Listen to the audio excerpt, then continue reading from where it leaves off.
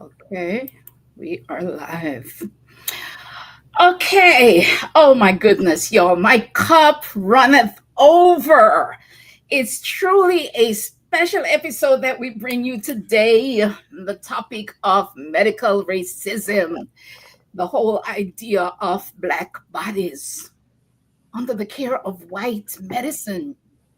This is an urgent topic because it's literally a life and death issue, literally life and death.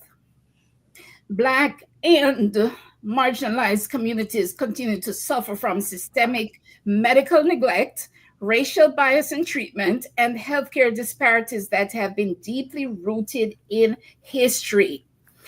Now, whether you're seeking knowledge, empowerment, or community, this episode is a must watch. And I have the distinct pleasure of hosting another breakthrough conversation with TEDx speaker and author of the astonishing and groundbreaking book Unruly. She is also an activist for Black liberation. She is the incredible Antoinette Cooper, excuse me. And I'm going to bring her on screen in a moment, but buckle up. Prepare to be enlightened and elevated in thought right at the culmination of Women's History Month 2025. Please watch till the end and share your thoughts in the comment section. But big up yourself and welcome to another episode of the Big Up YuSelf Show. I am your host, Winsome Alexander, also known as the Big Sister. And I'm on a mission to help heal childhood trauma survivors by elevating self-esteem. Here on the show, we prioritize self-honor, self-celebration, and catching up with the original self that existed before trauma took us off track.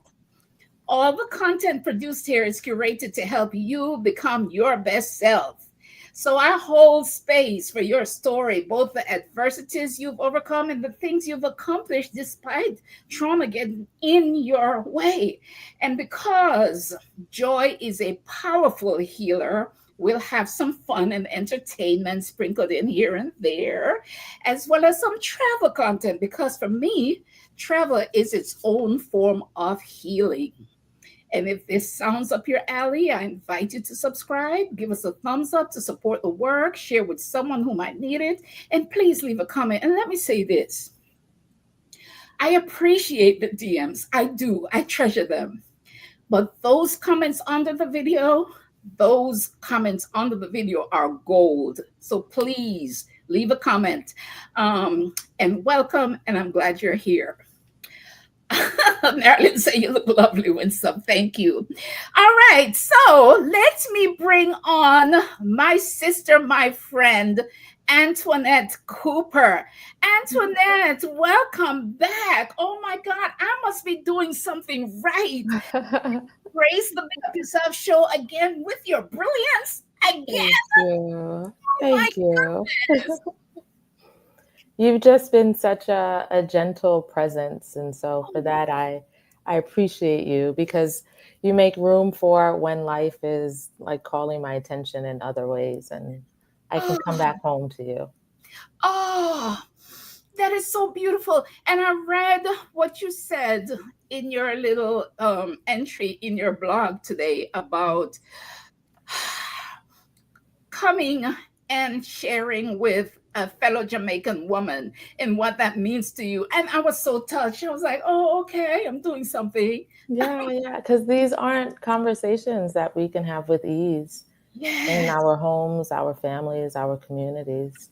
Yes. So this is like an answered prayer for me. Oh, wow. Really? Yeah. Oh my God. But now, last time you were here, you shared that your name, Antoinette, means worthy of praise. And I feel like you are indeed worthy of praise. Oh my gosh, my sister. Thank you. I receive it. Thank you. Yes. Yay, the pleasure is all mine. By the way, you guys, I'm gonna read the chat in a minute, but listen, y'all have to watch the first visit where Antoinette was here. It's titled The Black Body as a Sanctuary. It was so eye-opening. The link is in the description box. And listen, if your Blackness means something to you, if issues specific to Black liberties interest you, Antoinette is a person you should follow. And her contact info is in the description box and will be in the chat in a minute. All right, so let's acknowledge the chat. We have some people here ready for us. Let's see. Hi, Mary Love. I'm so happy you're here. I'm so happy you're here. April is here. I'm so happy you're here, April. Oh my gosh. Yes, yes. Thank you guys for joining. So, Antoinette. Yes. What has been keeping you busy since you were here last? I know you just got back from Colombia. What were you doing there? Also, tell us about some of the places you've been, the work you've done, the teachers and elders you've learned from, and how you came to be the Antoinette of today. I was at Columbia doing a reading for Unruly, and I was there twice last week. Once was for university seminars, and it's this open mixed space for people in the field of narrative medicine or in social justice work as well. And I shared from Unruly, and then the following day I went to one of the classrooms to share. There's a master's program at Columbia called the Narrative Medicine Master's Program, and this specific class was Illness and Disabilities Narrative. And that was a return for me because I was actually in that class after my surgery. And so that class was huge in helping me process my illness, my surgery, my recovery. And that class also had a lot of physicians that were in the class. And so it helped me to restore my relationship with physicians, even though the field in and of itself doesn't hold my body with reverence, but to be alongside physicians, having conversations about the body and putting the body on the page in poetry. And so I was invited to come back to the class and share Unruly with the current students, and Spirit said to hold ceremony. So I shared my poetry in the form of ceremony and poured libations as I shared some of the poetry. And so the poetry for me represents this form of redemption, ancestral redemption, and that I could do that in this master's program at this institution was deeply healing. Wow. Man, the things that you do. As you were talking, a thought came to my mind. As you were talking about being able to share with these people who don't reverence our body in general, right? Are these programs in danger with the current climate, political climate that we live in? Yes, yes. There are the subjects that have hard skills, that you can see mathematically. I can now calculate these things. And then there are the subjects with soft skills. And narrative medicine is one of those soft skills. But it allows physicians to maintain and retain their humanity while connecting and recognizing the humanity of their patients. And so it's not something that can easily be tested in some, kind of standardized way, but it does make a difference in how we care for people. And it takes something to recognize the value in that. And often the people that recognize the value are the people that are most vulnerable and most impacted, and they see the difference. I see. Now break down for me narrative medicine. Narrative medicine, oftentimes the way I describe it is that it allows doctors to practice with their hearts open. And it's that deep listening that is required for reading a poem. The way that a poem says a thing, but also says something behind the thing that it's saying, and you spend time with it. That's part of the reason why people may not always like poetry, or they may be frustrated by poetry because they can sense that it's saying more than what it's saying.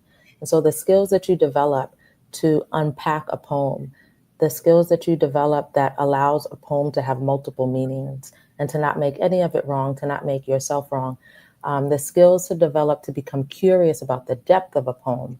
Now take those same skills and bring it into the doctor-patient relationship. That instead of placing a narrative on my body, you have the listening skills to actually be with me. And you know how to create a space where I can share, because your spaciousness creates this generosity versus you tell me who I am, you tell me that I have this condition and I have these ways of being, and you don't actually even spend time with me. In addition to that, narrative medicine acknowledges that there's a relationship between the doctor and the patient, and that the patient is just as important to their healthcare as the physician is. I am the expert of my body. And if you want to know the nuances of my body, then be in relationship with me. So it's not a power struggle. It's actually relationship that's needed for medicine.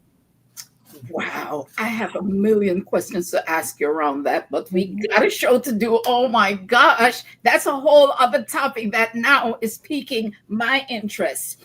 Oh my gosh, why don't you tell us some about Black Exhale? I'm so excited about that. Well, Black Exhale, there's so much work that I've been doing on the individual level, and Yeah. there's so much training that I've been in. I've been taking training courses, seminars, retreats, certifications since 2009, every year since 2009. And at the same time, even though I've been gathering all of these tools, being in the public eye was not my forte.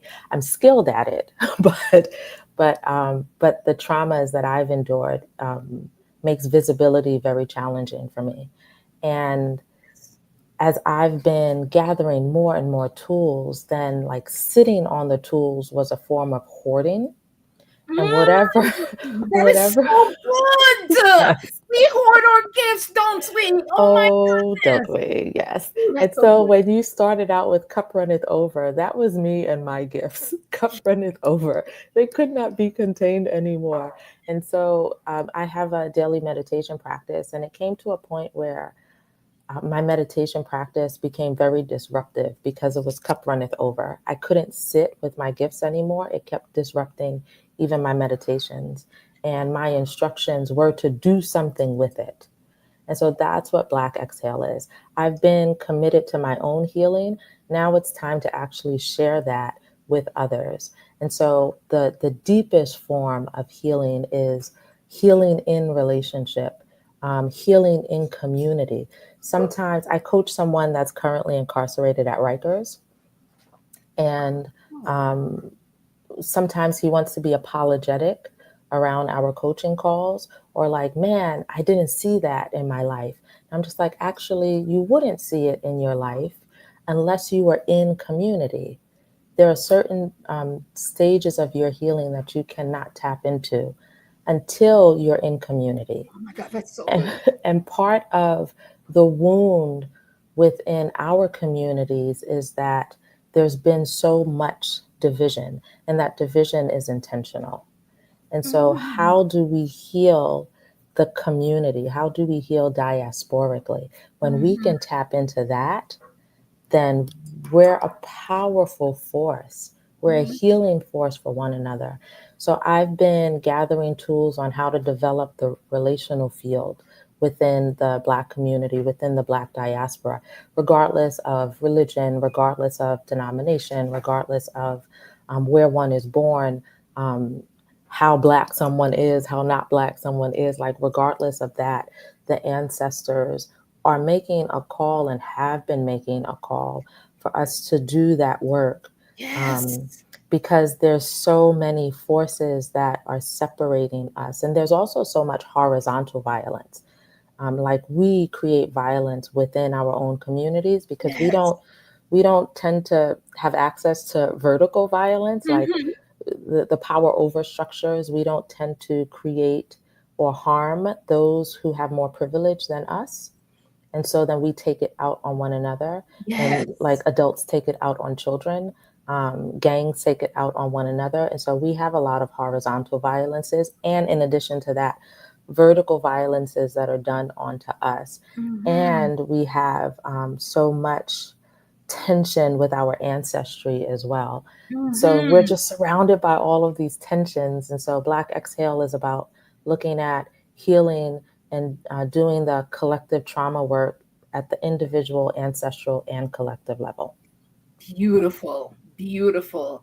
And you guys got to see, is the exhibition still up? No, the exhibition at the Met?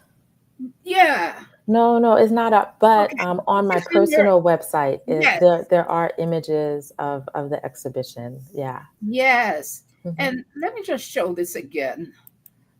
I'm gonna have trouble with, okay. Those are some of the images we can't even see very well. If you go to her website, I think this is like the front page, but these are all the Black Exhale nest. What's the nest about? It was about creating sanctuary and creating sanctuary. It started with creating sanctuary with system impacted Black men and stripping down both physically as well as narratively, and creating a space where system impacted Black men are sharing their stories and sharing also as an act of generosity for others. And it was created collaboratively with a woman who shall not be named, but she was not a safe space. And so when creating for healing ancestrally, um, there's so many energies that get unlocked and unleashed. And if someone is not grounded, and if someone does not do their own ancestry work, then they won't know what to do with that energy when it enters into the room.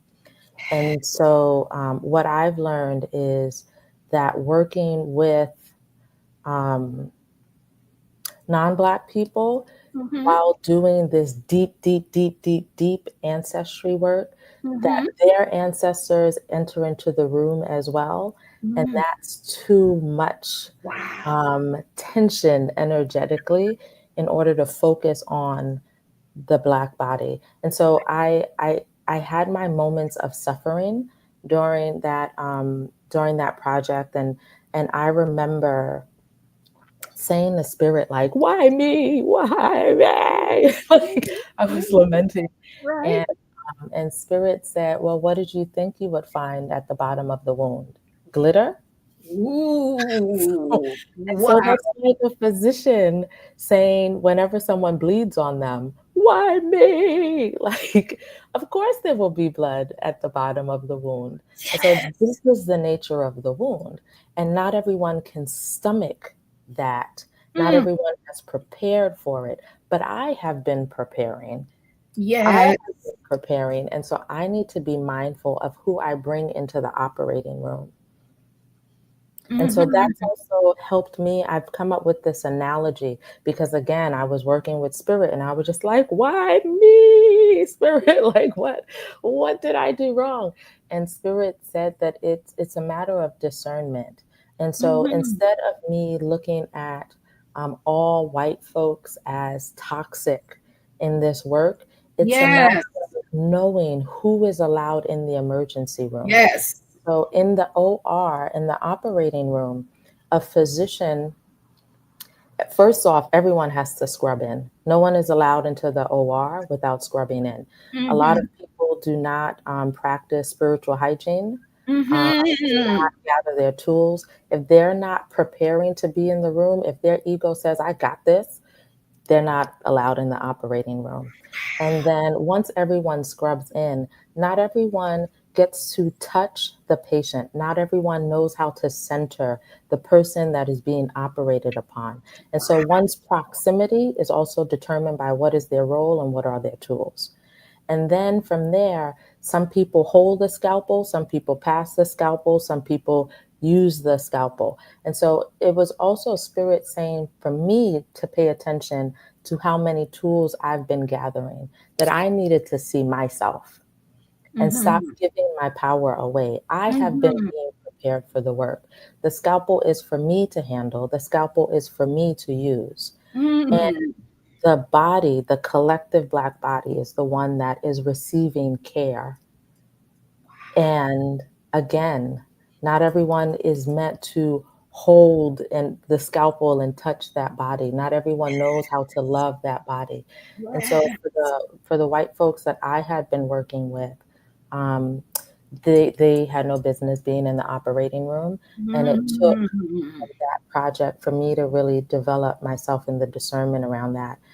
Even if they're really nice, even if the projects that they do are powerful in white spaces, Yes. again, my ancestors enter into the room, the energy shifts, the Mhm. demands are different, um, Mhm. the skill sets are different, and Mhm. racial literacy is Yeah. a skill to be developed. Yes. Oh my gosh. You're coming up with so many concepts like April said, some of these concepts are new, but they are so profound. Mhm, mhm. Oh my goodness. Everyone thinks that they can talk on racial literacy without studying it, and that's the Yes. all without committing to it, without sacrificing for it. But that's like me talking about quantum physics, and I've never, ever, Yes. ever developed myself in it. Right. Right. I hear So that. just I because hear someone that. has Yes. beautiful medicine for one community, it Mhm. doesn't mean that they're prepared to be with our community and to meet Mhm. the needs of our community. Mhm. And Mhm. just because I'm Black also doesn't mean that either, because there's diversity within Blackness. Do I also know how to be with the diasporic differences without making people wrong? And can I Mhm. meet the wound and still stay grounded, or will I be Mhm. triggered by the wound? That takes development. Yes. And speaking of development, as many times as I've spoken to you, I don't know what is your day job? Do you even have one? Or is your do you is it what do you do on a daily basis? You know, Still a professor? Are you still a professor or consultant for the university? yeah, I've been in education for 2 decades, over 2 decades, and then the last time I taught in the classroom that I was connected to an institution was fall of 2020. And at that point, and I've quit jobs like as a hobby. I say that I quit jobs as a I love hobby. it. I I don't, love I it. don't. I love it. I've never stayed at a job past 2 years. I may have stayed in the academic system or the school district for longer, but I've always changed. But it's just because I knew that I was meant to be elsewhere, but I hadn't healed enough Yes. to stand on my own. And Yes. so I always went into jobs as a way to look for cover, Uh-huh. to look for safety, not because I knew that that was the place for me to be. Now, Mhm. anywhere that I am, I will do well in it because I am gifted and I do like work on myself and I do believe in contributing into whatever spaces I'm in. And Yes. so, because of that, then people tend to think that that's the place for me to be. No, I just always pour into the spaces that I'm in. But in fall of 2020, during the pandemic, I was living in a Buddhist monastery and teaching a narrative medicine class at CUNY School of Medicine virtually. And Spirit said that it was time to go. And so I quit after that semester. And there was a request made of me, which is to just take 1 year to just see, is it possible for me to do this um, without being tied to an institution? Because it takes, in a cerebral way, it takes a lot of resources to be in the classroom in that way. And so I committed for 2021 to follow Spirit and see how it goes. And after a year, if I wanted to throw myself back into institutions, and I can do that. And so since 2021, I have not been full time anywhere, but sometimes I lead tours at the Metropolitan Museum. of art. And when I lead tours, specifically, my request of the museum is that I will stick with tours that have to do with Black art, Black artists, sometimes artists of color, so within the diaspora as well, and indigenous art. Like, I always want my gifts to be used to elevate our narratives, especially in spaces where people may step over the gifts that we have to bring. And so that's my commitment at the Met. And then sometimes I also lead workshops in different other institutions. The MoMA, I've led a trauma-informed writing workshop with the Museum of Modern Art. I have another writing workshop coming up this summer at the MoMA again. I've led talks with foundations. So wherever the ancestors send me, and somehow it works. Okay. Now you've answered the question, and I feel like I'm being called. What is this? Oh, okay. Someone saying that they're going to watch. Donna, if you have a question, let me know. I'll answer it so that you don't have to stay lost. Yeah. I don't know why YouTube rejected your comment. This usually means they think it's spam. That's crazy. All right. Now, where was I? Okay. So overall, let me set this up for the audience. We're talking about, Donna, we're talking about medical racism. Oh, I see Donna's question. So the question was, are you speaking of a physical operation or a spiritual one? So Donna, when I think about my work, I often think about my work through the body, and that the body is my teacher. And so for the physical body, there's a way that we prepare for an operation. If you take that same preparation and apply it to other works, whether that's spiritual work, prepare in the same way. You must scrub in. You must know who you're bringing into that sacred space with you. For nonprofit work, for social justice work, you must scrub in. You must know who you're bringing into that sacred space with you. Often with social justice work, we're working with unprotected populations. The body on the surgery table is also unprotected. And so we need conditions to support that work that won't create more harm. So the body is my teacher on how I do work outside of the physical nature, whether it's poetry or social justice or workshops. The body teaches me. Okay. Marilyn, something weird has happened. I made a comment in the chat, and now YouTube is giving me a message, and now I can't see the comments anymore. Well, you can't? No, I can't see the comments at all. Oh. At all. Let me try something else here. I can't, YouTube is weird. I can't see the comments. I'm so sorry. But okay, you guys. So overall, we're talking about medical racism, and this conversation is meant to expose systemic medical bias and the brutal historical roots of medical racism, the violence, neglect, and exploitation that Black bodies have endured for centuries. The dismissal of Black women's pain, from the enslavement era's forced experimentation to the ongoing maternal crisis, and we'll explore ways to reclaim bodily autonomy, self-healing, and advocacy. And I suppose Antoinette will share some of her personal struggles with chronic illness. And by the way, I just realized from reading your blog that it is Endometriosis Awareness Month. I didn't even know that. Yeah, that's March. What a coincidence. Okay, so, all right. So medical racism. This is new to me. And yes, Winston, you may need to refresh or restart. Okay, I see your comment, so I think we're moving along. Wonderful. Explain, what is medical racism? You know, it's a bias that is already imprinted on a body that walks into the room, and instead of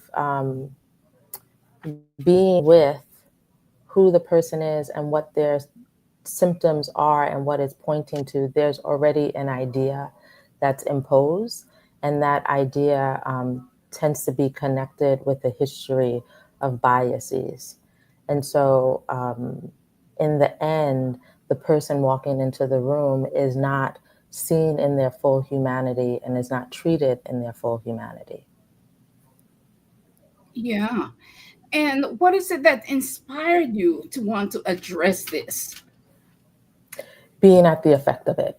So, Yes, yes, yes. being at the effect of it. Tell us about it. You know, it's also easy to not know you're at the effect of it. So Right. so rather it's becoming aware that that is what had been impacting me for years. Mm-hmm. Mm-hmm. So there was a point, and this is part of why I was in the illness and disabilities narrative course. And this is what the illness and disabilities narrative course unlocked in me.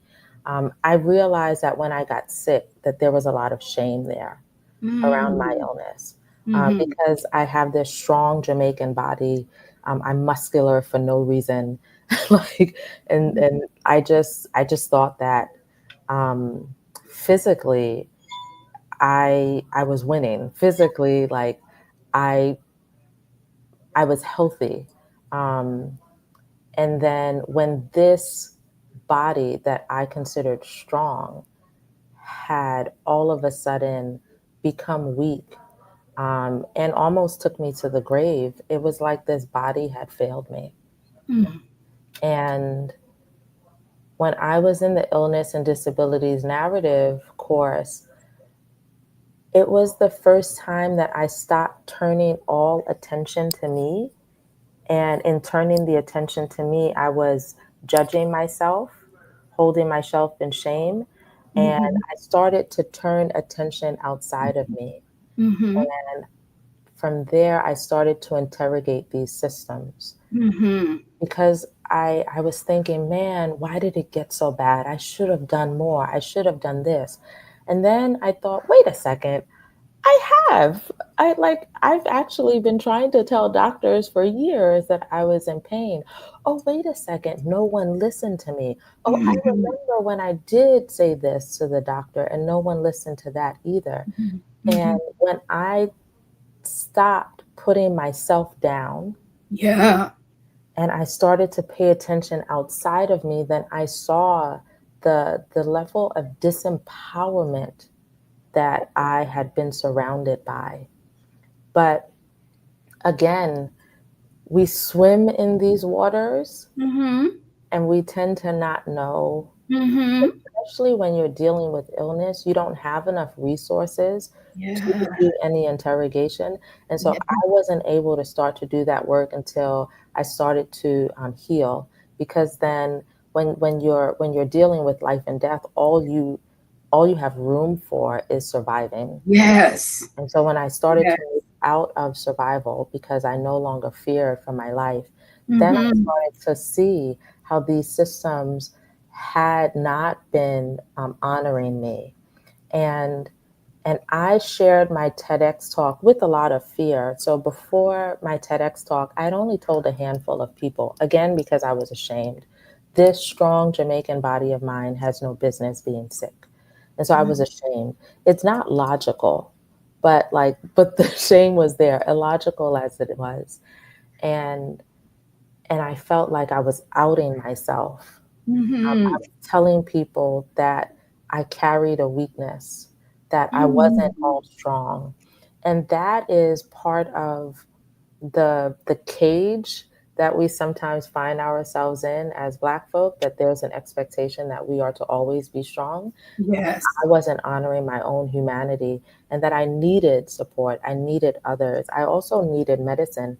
And so in that moment when I was at my most deeply vulnerable, I started to feel the cracks in the system. Mm. And also, like, from some of the care that I received, like, those were little clues. So Mhm. one clue was, there was an appointment I went to, and the doctor was treating me just as someone that was there. Like, I Yeah. didn't have any, like, softness. Mhm. And again, like, a lot of pain. I needed tenderness around me, and so I didn't have that experience.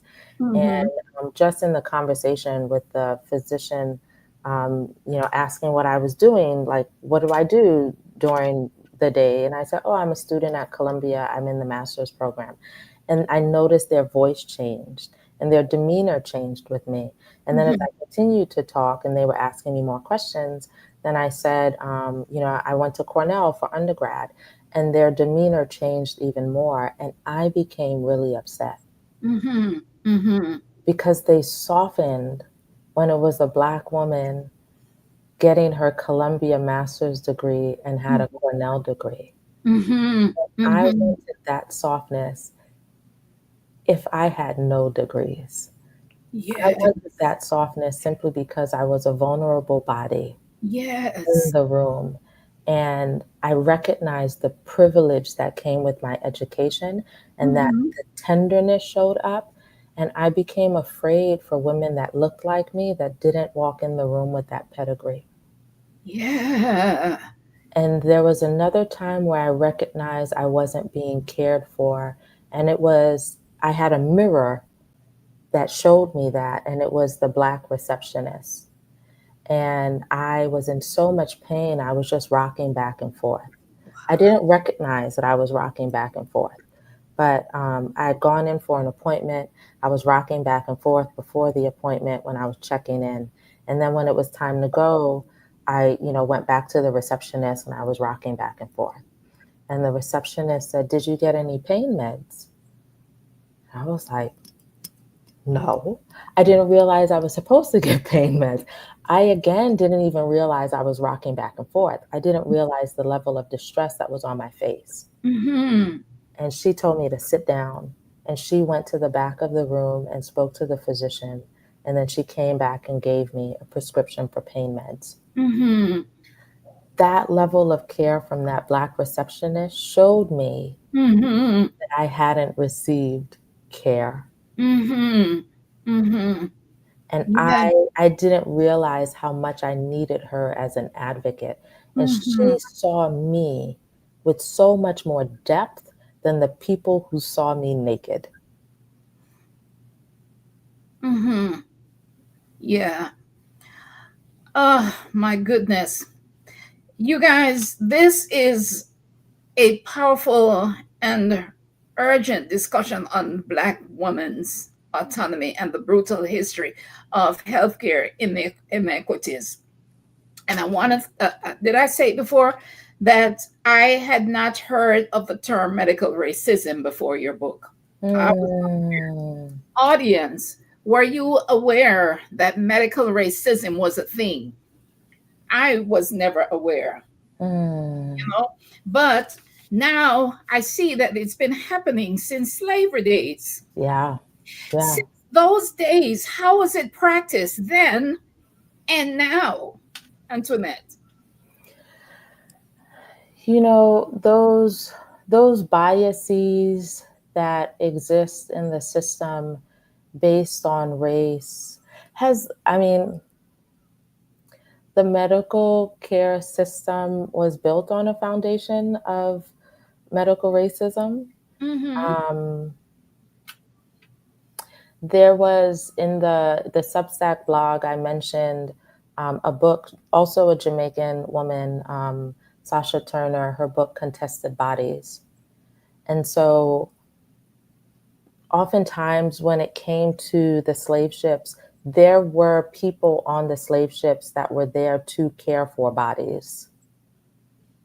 But it wasn't because our humanity was recognized. It Mm-hmm. was that an investment had been made in Yes. property, and the Yes. property needed to stay alive long enough Uh-huh. to Mm-hmm. get a return on investment. Mm-hmm. And the bodies that tended to bring the highest return on investment were women. Because you keep a woman alive long enough, then she, through her, many more humans can come into life. Mm-hmm. And so when you look at the cover of um, Contested Bodies, it's an image of a woman, and this woman on the ship had been killed and tortured, and the person that was responsible for that got in trouble, not because they harmed a human being, Mm-hmm. but because they harmed someone who Mm-hmm. now no more life could come through them. Mm-hmm. Mm-hmm. So, as long as our bodies were needed to bring about more property, then that's what care looked like. And it needs a Mm-hmm. different word than care. Care is so inadequate. Yeah. But other than for the purpose of bringing property into the world, our bodies were also used for the testing of drugs, the testing of what happens to bodies that are subject to illnesses. And so our bodies have not been respected Yeah. for holding the spirit of humans, Yeah. but for whatever is useful. And so our bodies, like the eye that looks at our bodies, has not been to recognize our humanity, but our usefulness in certain systems. Mm-hmm. And so Mm-hmm. the medical system has not come to terms with itself on how it views the Black body. And there's an assumption that time will heal all wounds. And so these are different times. It's over now. And no, no. I Yeah. mean, that doesn't work even in our individual lives. Mm-hmm. That Mm-hmm. if I have a belief and I never interrogate it, and I Mm-hmm. think that somehow 20 years have passed and I now have a different belief, that's not the truth. Like we Mm-hmm. can imagine that in our own individual lives. That's why people go to therapy and they work on something from when they were a child, because Yes. the belief is still there. Now, Mm-hmm. if you took the whole system and put it in a systemic therapy chair, the beliefs that were the foundation of the system are there. Yeah.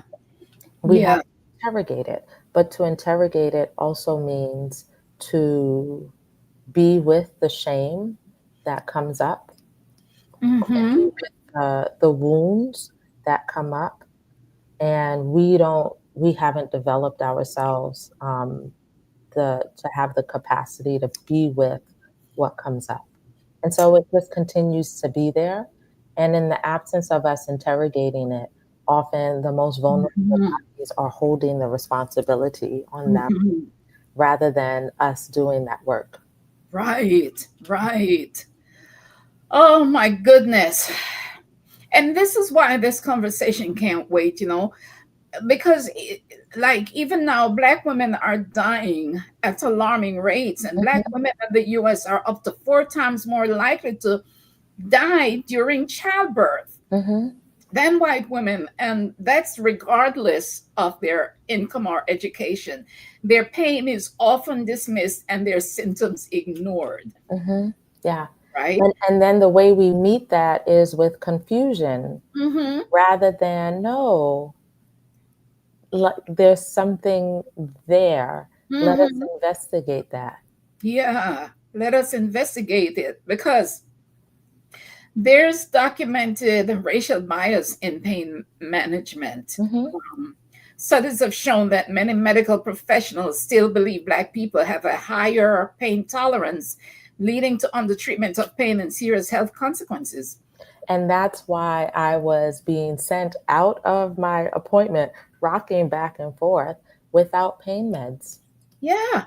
And it was only the Black receptionist that interrupted that and said, give this woman Oh, medicine. And My then it repeated. So there's a repetition compulsion because I ended up back in the ER the following year. mm, And at that point, I knew, because I was dealing with illness and pain, I knew at that point to surround myself with community. I stopped doing mhm, things individually. So I mhm, told my friends, I have to go to the hospital. I haven't been feeling well. And mhm. then one friend said, call me when you get back home. And so I called and she said, okay, so you saw a doctor? Yes. You got your pain meds. I was like, I Wow. didn't get my pain meds. I forgot because I just wasn't present. I was like, I forgot again. And she was like, go back and get your pain meds. I was like, I don't want to. And she said, if you do not go back and get your pain meds, I'm going to Mhm, come over there and beat you. Like, mhm, mhm, I don't remember mhm. what she said, but it was Yeah. lovely and stern. And I said, fine, I'll go back and get my pain meds. And when I went back, I told the doctor I didn't get a prescription. And the doctor said, yes, you did. And I said, no, I didn't get a prescription. Yes, you did. Wow. No, I didn't get a prescription. Yeah. And that point, instead of continuing to tell me, yes, I did, they opened up my paperwork and they were just Uh-huh. like, oh, you didn't get a prescription. They couldn't take your word for it the first time. No. But Oh, that they also had me leave the hospital without pain meds wow. again, Oh again. my God. And I don't know about y'all, but they talk about us having a high tolerance for pain. That does not apply to me one bit. Let me tell you something. I want nothing to do with pain. My threshold on pain is so low. The very word gives me anxiety. I want nothing to do with pain. So that notion that we can tolerate pain better than anybody is just bogus. It's not so much that we have a higher tolerance for pain, but we have an expectation of not being listened to. Mm-hmm. And so that tolerance also it's a learned skill. And that is Mm-hmm. something I had been being trained for since I was a Mm-hmm. child. And so when we're told to stop crying, otherwise I'm going to give you something to cry about, Mm-hmm. that's training me to disembody. Yes. So when I have pain, if I cry, I will get in trouble. And so I learned to suppress the expression of pain. Yes. And Yes. so then fast forward as an adult, a tumor is growing in me, and I am such a good student that I suppress pain. Mm-hmm. So by the time I go to the doctor, and this is also part of the medical racism too, that oftentimes when we do get diagnosed, we tend to be at the later stages of illness. Yes. So Yeah. by the time I went to the doctor, the tumor was the size of was it an orange the first time? I think it was an orange. Like that's how much pain I was enduring Oh, that's crazy. before I went to the doctor. That is crazy. Oh Mhm. my gosh. Now, April said it happened to her when I was to give birth to my first and my only child. The nurse was immediately hostile, and I knew it was because of bias. She was short with me and left. She left. You were all alone when you gave birth? Oh my gosh. And she said it still makes her sad today. What? Hmm. I can't even imagine that. I can't Yeah, even there's an expectation that we should take it to the chin and show how evolved we are. Like if we say that we hurt, like people really can't be with that. And and, imagine. and it not just in the hospital, but there's a collective agreement. There's a collective agreement around not expressing pain in this body. There's a collective agreement. Now, when it's in the medical system, then that leads to death. So even though there's a collective agreement, the medical system, no, the stakes are too high there. Mm-hmm. And Donna said she was going to ask if we're going through this alone without a friend or family member with you for support. Mm-hmm. Okay. And then Mimi said I was in the ER with severe chest pains. They would not give me anything for it and set me in the lobby. Found out I had a blood clot moving to my heart. Mm. That's what I'm Yeah. talking about. That's Yeah. what I'm talking about, man. And Uh, so then, like, even with the women that are sharing, and thank you so much, each and every one of you that are taking this opportunity to voice what you've been carrying, and also, like, so much love and sympathy and light to you in that process. And the question that's there for me is, when do we create those spaces for us to vocalize what our experiences are? Because we often do not get the opportunity to voice. And right, when we attempt to voice, like, notice when we attempt to voice, notice how quickly someone will say, but you feel better now though, right? right. Like, there's always this move to, like, push it Mm-hmm. into resolution. Mm-hmm. We don't know how to Literally. just be with, Mm-hmm. I hurt, period. Just leave it there. Mm-hmm. Mm-hmm. Like, our experiences need a witness, and Yes. we often do not have witness. Oh my gosh. And Prophet Mother has joined the conversation. Hello, Prophet Mother. Love to see you. Um, Let me see. Oh, what is the next? April said, Donna, my sister, brought me to the hospital and was checking me in while I was in the room. By the time she was done, the baby had been born within 15 minutes. Born without care. Oh my God. Oh yeah. Donna, you've never heard that comment before. I'll give you something to cry about. We used to hear that all the time. No, maybe Donna is saying she has heard that Oh, comment, but she's heard me it. saying it, Oh, like, okay. brought That's what back she's some saying. things. Yeah. And then Prophet Mother is reaching out to April, holding April, saying, I'm sorry that happened to you. I want to remind you guys to hit the subscribe button. Please subscribe, like, share, and hit that notification bell when you subscribe so you don't miss an episode. Um, and April is reaching out to Mimi saying that was horrible. Here's Antoinette's website, you guys. You guys need to follow this lady. You need to. Um, yeah, Donna said, yeah, they dismiss it. It's unbelievable that our pain is gaslighted. And then there is the medical experimentation and historical trauma from the forced sterilization of Black and Indigenous women to the Tuskegee syphilis study. History is filled with examples of Black bodies being used for unethical medical experiments without consent. And this legacy still shapes medical distrust today. Mhm. Yeah. And then we just briefly touched on the maternal health crisis, where the maternal mortality rate of Black women in the US is worrying, Mhm. right?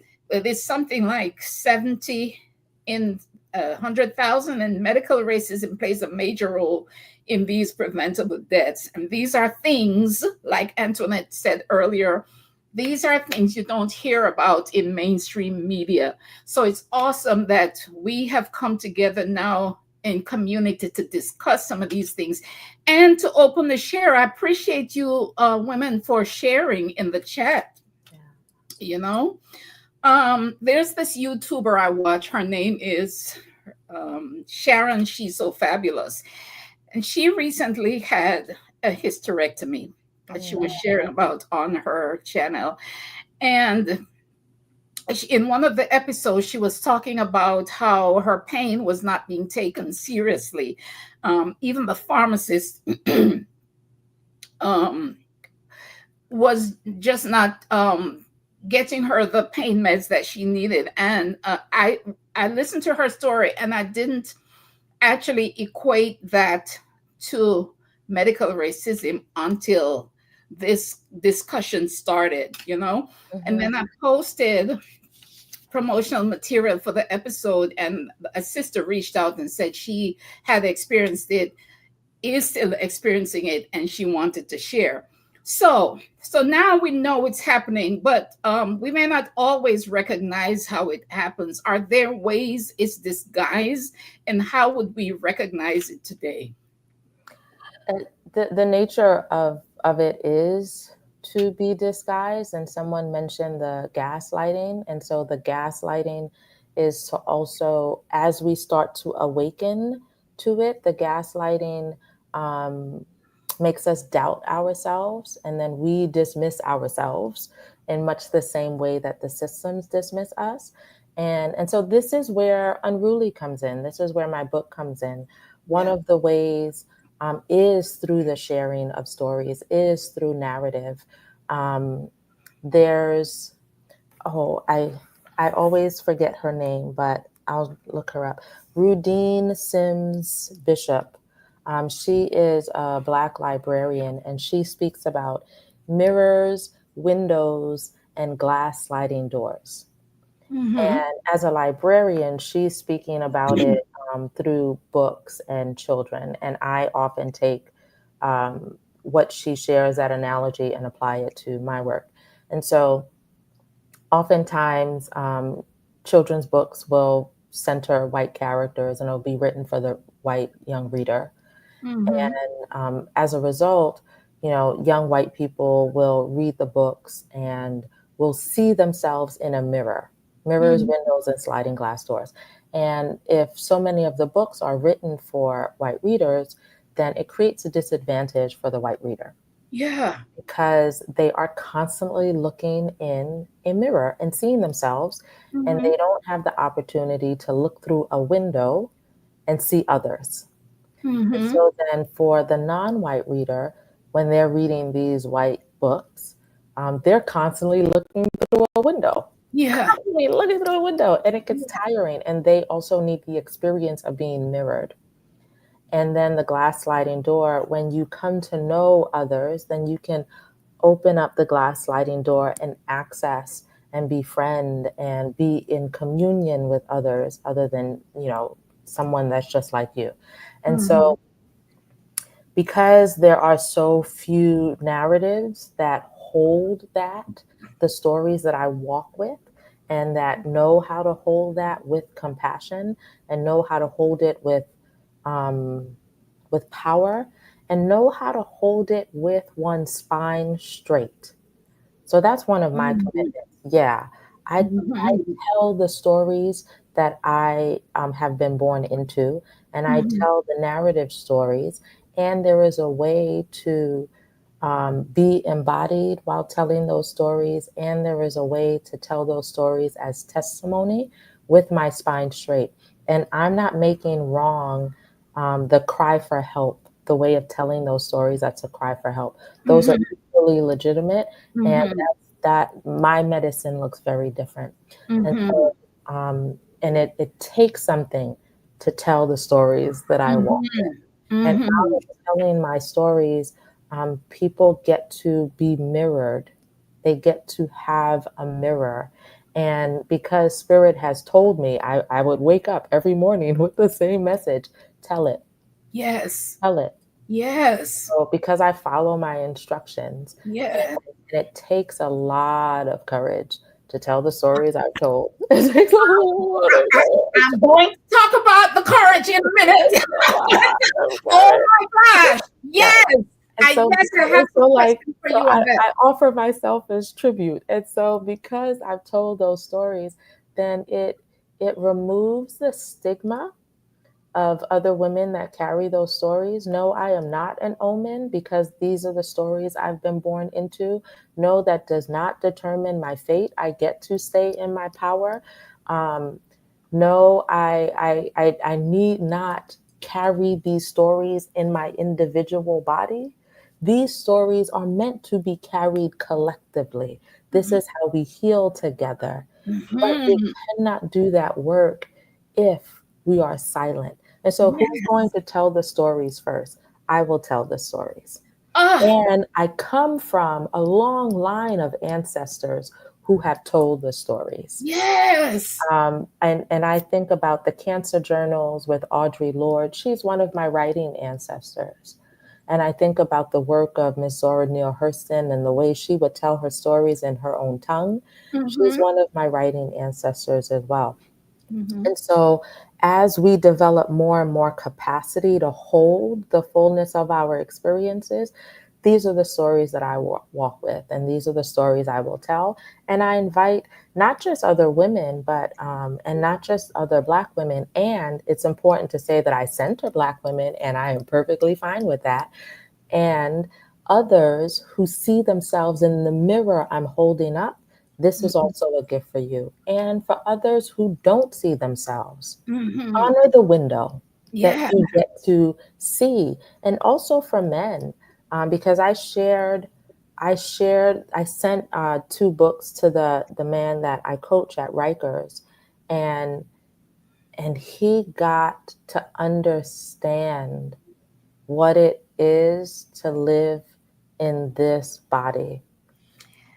Yeah. I was going to um a little later I want to touch on how our pain affects men, Hmm. right? But now oh, so Donna had a comment up here. So the solution is for Black women to share these medical matters related to pain, etc., to be aware and armed with how to conduct ourselves with medical professionals. Yes, yes, Donna, Yeah, absolutely. it's one of the tools, but that tool can be such a catalyst Mm-hmm. for work that is not my medicine. I don't know who has the other tools, but it starts with bringing that out of the shadows and bringing our stories out of unconsciousness and bringing it into consciousness and bringing it into light. Mm-hmm. Because Spirit said, speak or die. That was Mm. the choice that I had been given, Mm. speak or die. Because Mm-hmm. holding it in is what was making me that much more sick. Yes, I yes. started to see my fibroids as holding a story that needed to be told. Wow. Wow. Maya Angelou talked about there's no greater agony than a story you hold inside that needs to be told. Hmm. Oh my God. But so now being aware of the ways, excuse me, Black women's pain is often dismissed and the long fight for equitable health care. I want to say that I honor the resilience of those who refuse to be silent. I honor y'all. People like my guest, Antoinette, our sister, Antoinette. And as part of Antoinette's outcry is the release of her book, Unruly. Oh my gosh. Unruly. Let me tell you something. I read this book one night and finished it the next morning. Look, Wow. and promptly started reading it again. It was that captivating. Oh my God. Um, because I read it again because I felt like I needed to, the way you put it, sit in ceremony Mm. with the revelations in the book. And I really wanted to make room for the all the emotions and questions that formed and came to the surface as I was reading it. This book, you guys, is something else. So, you knew that while we were reading this book, we would be triggered and probably needed time to Hmm. process things. Now, you mentioned courage before, and this is what I want to say about this book. This is what I get from this book. Hmm. It is astonishingly courageous. Mm. What kept coming up as I was reading it both times is so much courage that it takes to share on such deep personal levels, courage to revisit the wounds, and courage to share others' stories, other sister stories and the stories of our ancestors, courage to recall those damning historical facts, not to mention the courage to heal and the courage to want to help others heal. Did you have to consciously summon up courage to publish this book? Yes. Yes. Yes, yes, yes, yes. And I also, had my resistance. Mm-hmm. And I integrated my resistance as well. Mm-hmm. And sharing the writing of the book Mm-hmm. is its own courageous act, but also sharing in this way, being here is also courageous, traveling to conferences and sharing. So each time something something in me has to fall away to make Mm-hmm. room for look. Like essentially that's what the book cover says. That's what each talk says. It says look. And for a Mm-hmm. person who has always run from visibility, You used to run from visibility. oh my goodness. Can't run now. Can't run. Oh my goodness. I mean, I grew up being hit in the mouth. And so that was part of my training for this future I was stepping into. I didn't know that, but I grew up being hit in the mouth. And pretty much whenever I spoke, someone felt convicted. So I, I've always been yeah, this like little sounds lighthouse. familiar. But, Sounds familiar. but I didn't know that I was this lighthouse. I thought I was problematic. And so the way I reasoned in my young child mind was, okay, I'm shy, because then I stopped speaking. Yes. And Sounds then and familiar. then I people would be like, why don't you talk anymore? And I was like, oh, I'm shy. And so people could be with that as the reason. And so that became the label that was on me. But the Mhm. level to which I didn't speak, there's one poem that mentions the level to which I didn't speak, where there was a young man that was talking about me, and before that, someone had spoken to me and I didn't say anything in response. And this young man said, oh, she's retarded. And he said it in front of me. And Wow. I still didn't speak. And so that's how I was moving through this world like a ghost. I tried as much as possible to take up as little space as possible. And I was just quiet, quiet, quiet. Because every time I opened my mouth, someone felt convicted and then I got beat. And so it was just easier to call myself Mhm. shy. Mhm. And I moved through the world like that. And then I want to say maybe late 20s, early 30s. I went to my first open mic, and the owner of the cafe was just like, wow, that was amazing. Like, how often do you do open mics? And I said, oh, no, that was my first time doing an open mic. I don't do, open mics because I'm shy. And he was like, no, you're not. I was like, yes, I am. No, you're not. And we went back and forth, back and forth, back and forth. And this man saw me.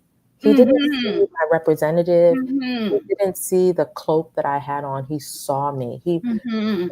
I didn't know until much later that the trainings that I did, that he had done some of them.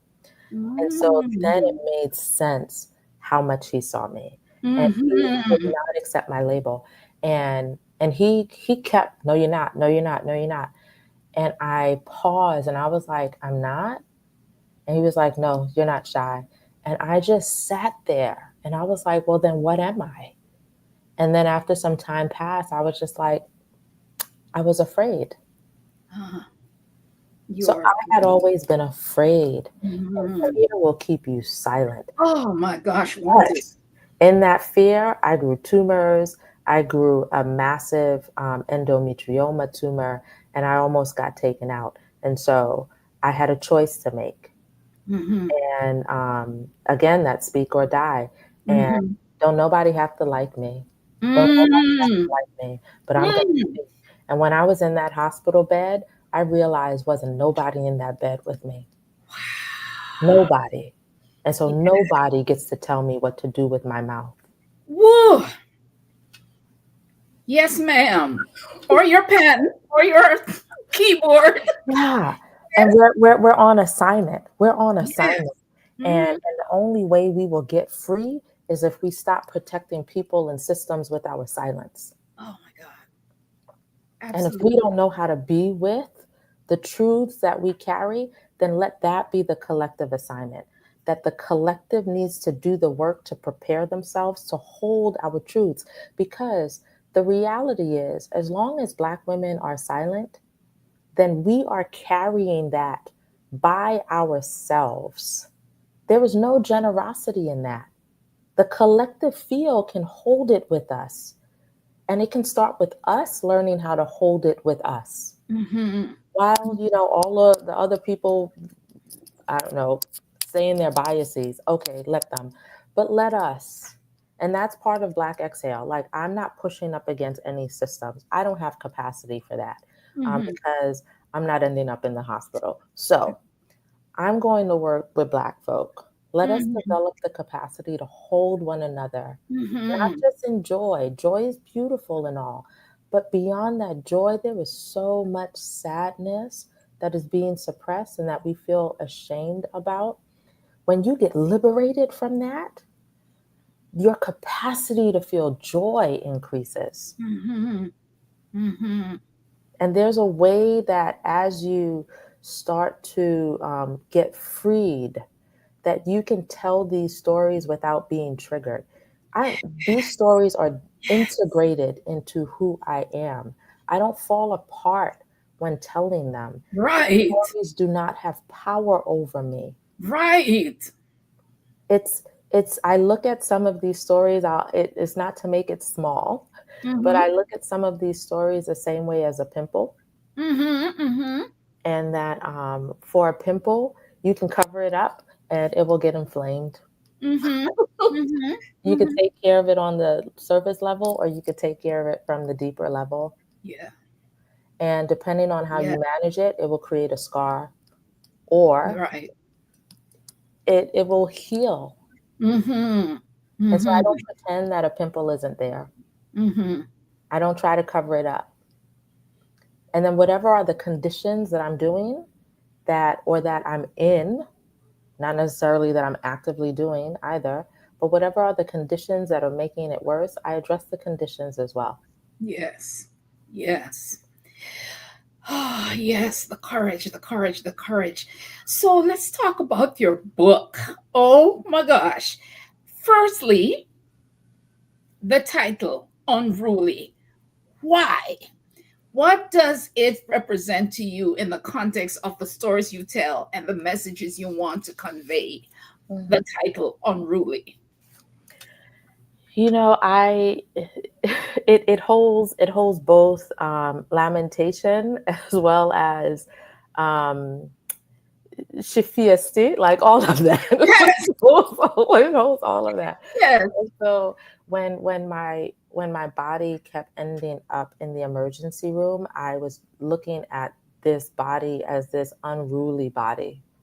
It just kept getting sick. It just kept getting sick. Mm, And then as I started to partner more with my body and started to be embodied, because the thing about trauma is with trauma, we disembody.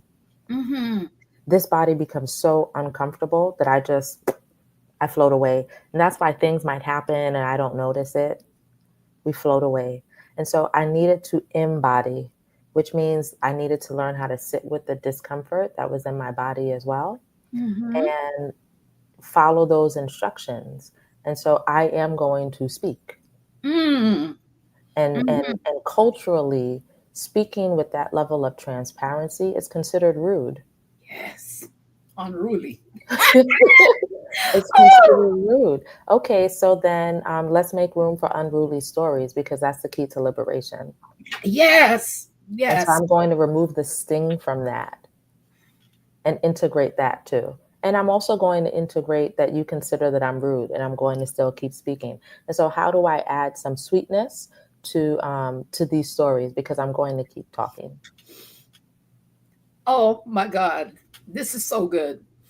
As I was reading the book, it became more and more apparent to me about the whole concept of being unruly. And, Mm, they've always wanted to keep us in line.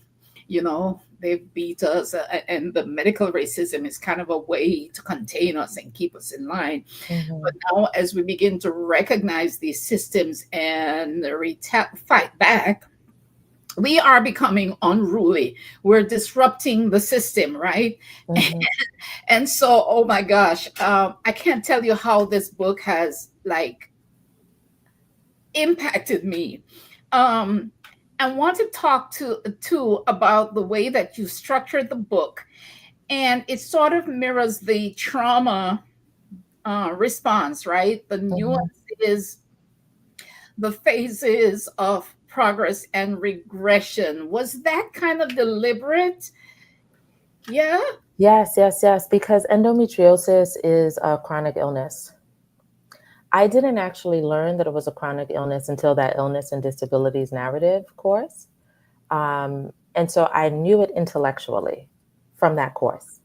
And then I didn't finish the semester in class. I ended up back in the emergency room. And so when I Mm. was back in the emergency room, I was like, oh, this is chronic illness. Like you Mhm. could be like, I'm healed, and then end up back in the emergency room. Like Yeah. you never know when, something will come up and that you need care again and you need to hand your body over to the system. And then the system that you don't feel entirely safe in now Mhm. has you and you're trusting in them. And so that's the nature of chronic illness. One of the ways I used to write before this book is I would always try to end a poem with everything resolved. Yes. Like first, second, third stanza, the horrors, and now it's all good. So like, and I remember there was a writing workshop where someone said, "Why is it that you always try to like solve everything by Yeah. the end of a story?" And that's part of my conditioning. That's Mhm. Hollywood, that's fairy tales, that's commercials, that's media. Like notice the stories that we are given, it always ends up resolved. Always. I hear you, Antoinette. I remember when I first started writing my own memoir, and I was adamant that I was not going to fix it in the end. It was just going to be left right there Hmm. because it's still not solved, Yeah. right? So I completely get you.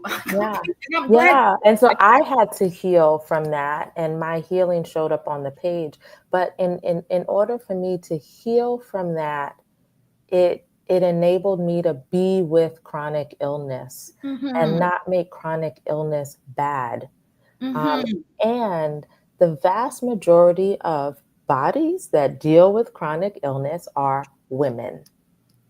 And Okay. that's also part of the harm that we experience in the medical system because the medical system isn't equipped to deal with chronic illness. Chronic illness requires chronic care. Mhm. Chronic illness requires systemic changes. It's not a symptomatic thing. Mhm. And chronic illness will might make, may make a doctor feel inadequate Yes. because the doctor can never say, I fixed that. Right. Can Right. never, like you won't get that experience with chronic illness. And so our symptoms will often frustrate the system Mhm. because it can never be fully cured. And that's part of like what the book says. Like there Mhm. is no cure for this. Just Mhm. like there is no cure for what's happening with the collective body. Instead, for me and chronic illness, it was looking at the conditions in which I lived my life. It what's required for healing, which is distinct from cure. What's Mhm. required for healing is to look at everything impacting the body. Mhm. It is to turn our attention to the larger view as well. And Mhm. what are you willing to transform about that? Mm-hmm. Mm-hmm. So our bodies and the rate at which women continue to get ill, if we learned how to listen to women's bodies, then, like the canary in the coal mine, we would know women's bodies will tell us these, like the environment is not supportive of thriving, of health. And it's not that something is wrong with our bodies. Our bodies are compasses. Between women's bodies and children's bodies, our bodies are so sensitive. And it is data. And it is pointing to that we are not in harmony with life. Mm-hmm. Mm-hmm. But if we don't know how to be with the information our bodies are giving us, then we just try to silence it. Unruly says, no, yes, I know that my stories are challenging. I also know that some of your stories are challenging. Mm-hmm. Let's build the capacity to let the body speak. Mm-hmm. And speaking of capacity, Mm-hmm. some people don't have the capacity to empathize with or even take interest in a story that's not similar to theirs, right? Mm-hmm. But I love what you said on page numeral Roman numeral X, Mm-hmm. calling us to honor the window that allows you to view stories different than your own. Some of us here may not have had direct contact with medical racism or suffered attacks or affliction in our bodies, but we can probably empathize with those who have, right? And Mm-hmm. you never know when it might be your turn or someone else's. So the education and awareness is important. Mm-hmm. Yeah. Now, in the interest of time, and because I don't want to give away too much, I'm just going to run through some of the poignant expressions in the book that took my breath away while I was reading. Did you want to read first before I run through? I can read, and I'm also curious if there is a poem that you wanted to hear with my voice. Oh my goodness. What? Yes. Okay. Read the one, because I was going to say here that this one is personal for me. Read the one about does my pain ease your suffering? What page was I can tell you the page. Okay. Page 39. Page Page 39. 39 is when you were, I guess you were talking about your mother, Yes, yes. right?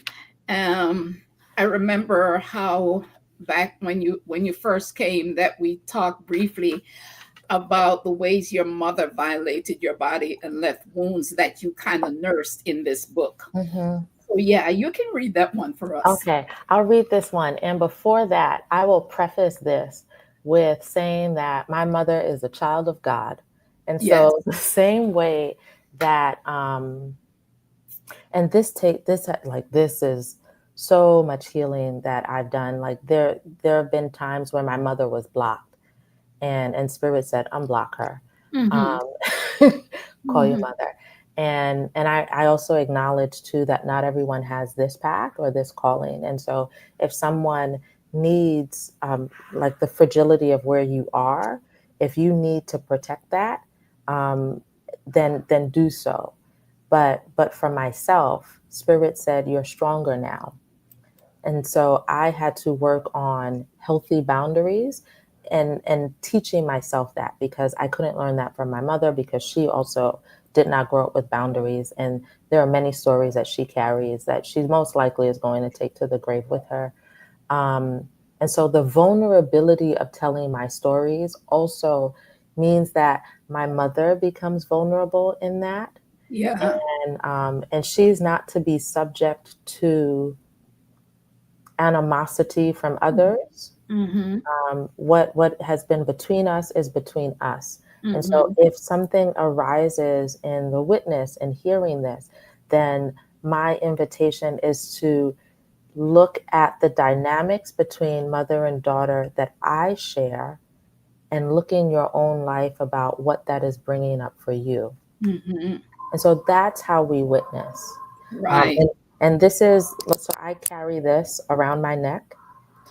It's a double-sided mirror because as I continue to share my stories publicly, this is part of my energetic boundaries, where one side of the mirror is I don't um, I don't carry projections onto my body. Mm-hmm. So one side of the mirror is to reflect back to others. This might be something for you to look at. And Mm-hmm. then the other side of the mirror is for me to continue to see myself and my Mm-hmm. sharing, because sometimes the lines can be so blurred when we don't have strong boundaries. And so, like, what has this person come to teach you? Because sometimes, folks do aggravate me. So, okay. But yes, Right. Right. the body in pain on page 39. Yeah. My black mama with her black belt whooping my black ass to give me something to cry about, as if I haven't already been emptied of my tears, as if my essence could ever be seen and not heard, as if beating me like a runaway slave teaches me love, as if the good Lord would give strength to your hands already too heavy, as if the ritual of choosing my own switch will soothe the pain, as if knocking the taste out of my mouth will soothe your pain, as if rebuking the sounds of my cries will soothe your pain, as if fixing my face to not resemble my father's will soothe your pain, as if threatening to take me out of this world will soothe your pain, as if my blackness could ever be knocked off, as if, as if, as if I live in a world that loves me too much.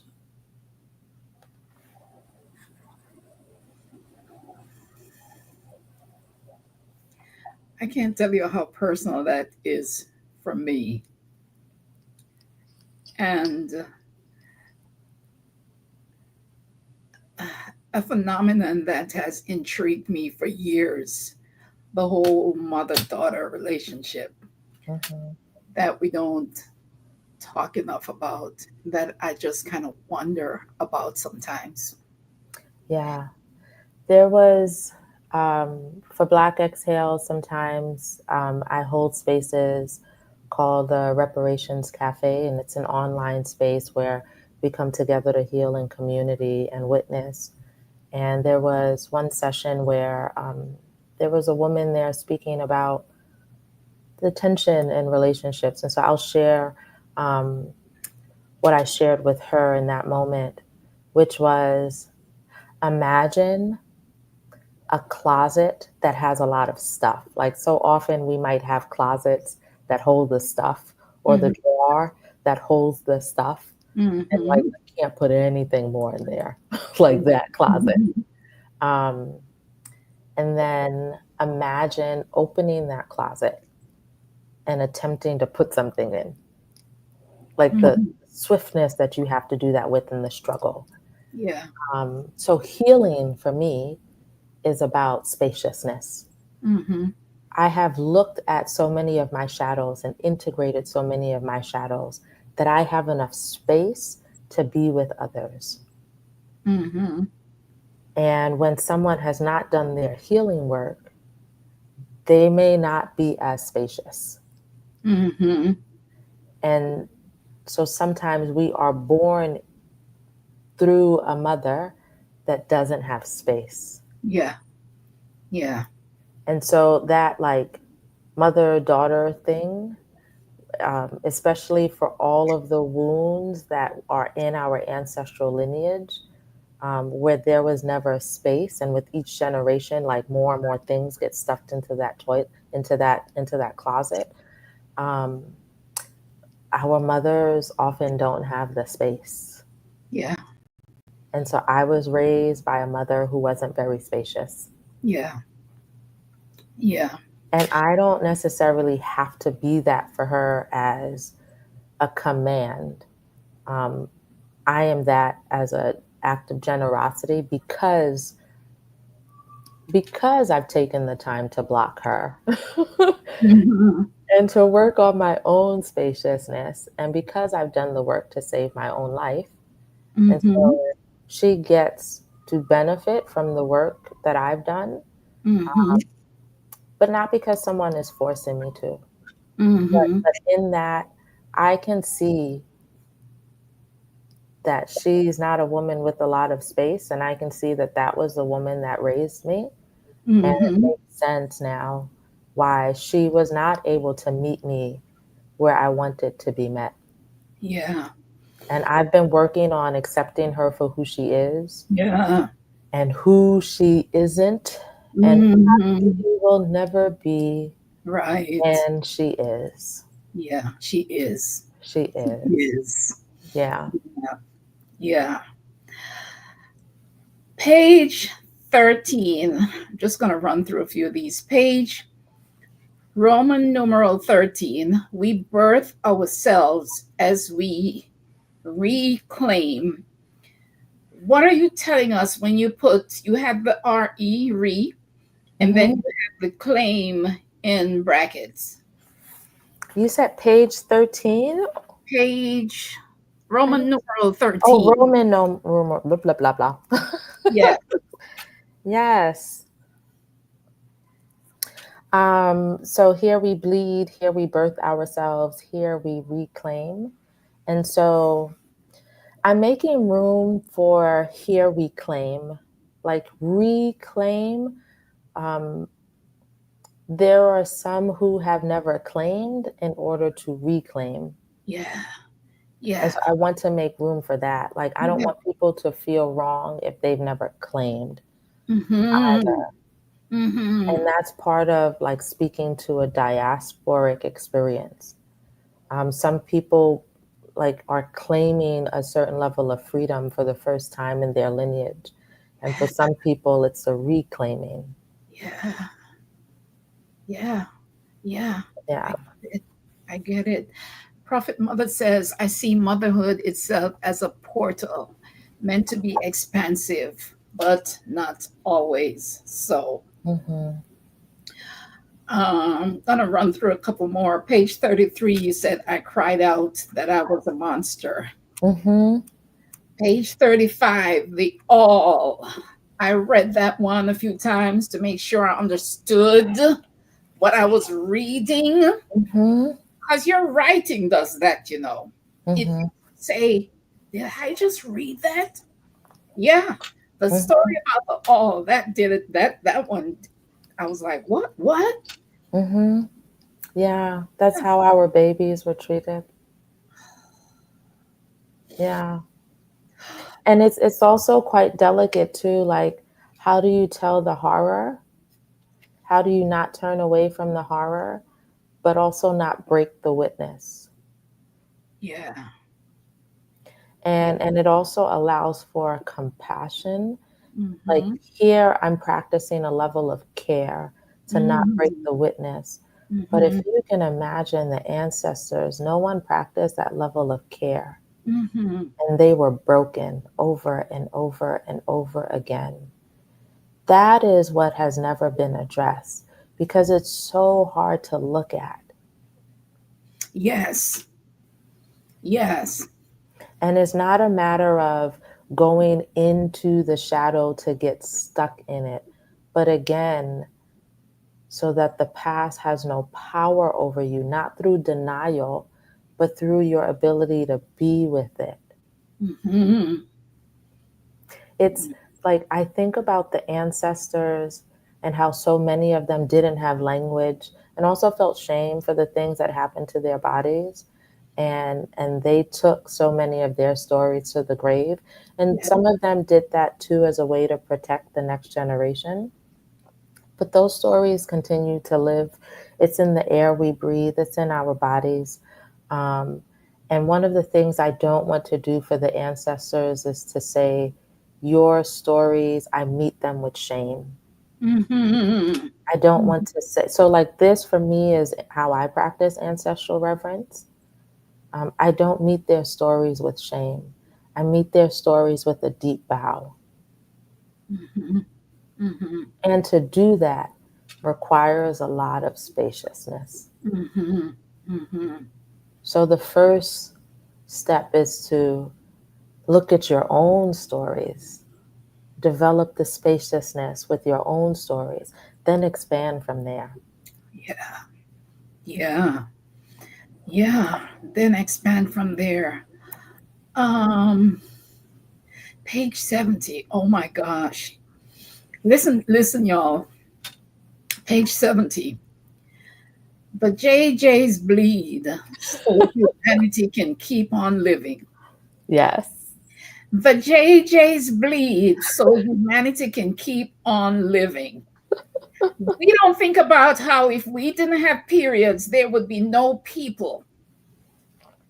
Leave a comment, y'all, if you hadn't really thought about this or was never conscious of it, that we bleed so that humanity can be perpetuated. Let me know in the comments.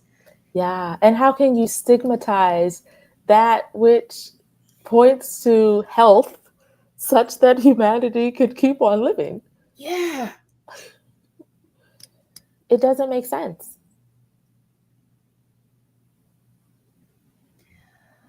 They bleed so humanity can keep on living. Mm-hmm. Wow. Oh my God. You guys got to read that book. And I love page 82 when you said the body.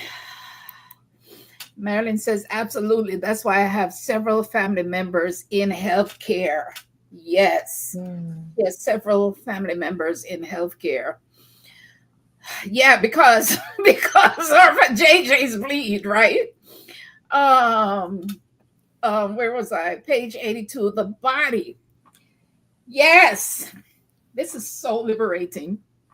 This body that is learning that the world needs to ask permission. Mm-hmm. I wish someone had told me that when I was younger. Mm.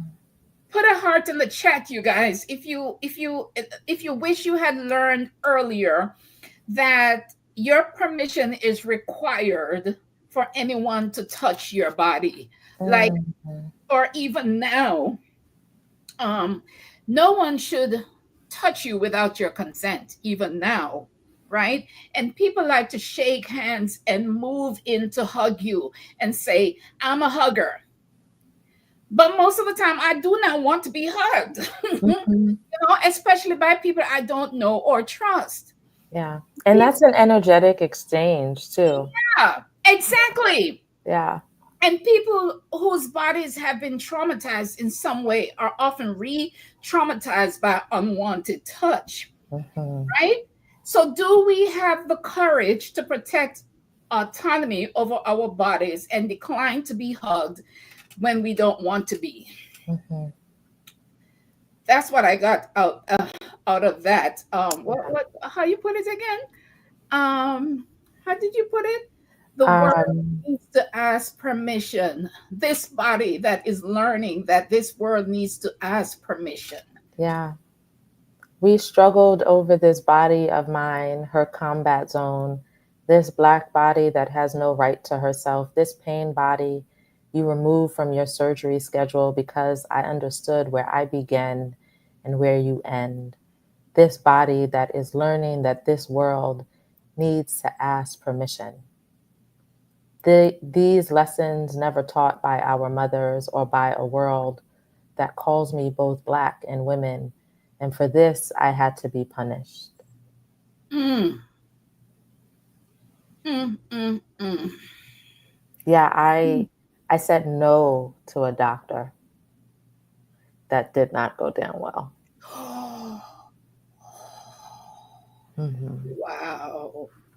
Because there's an expectation that this body is not mine.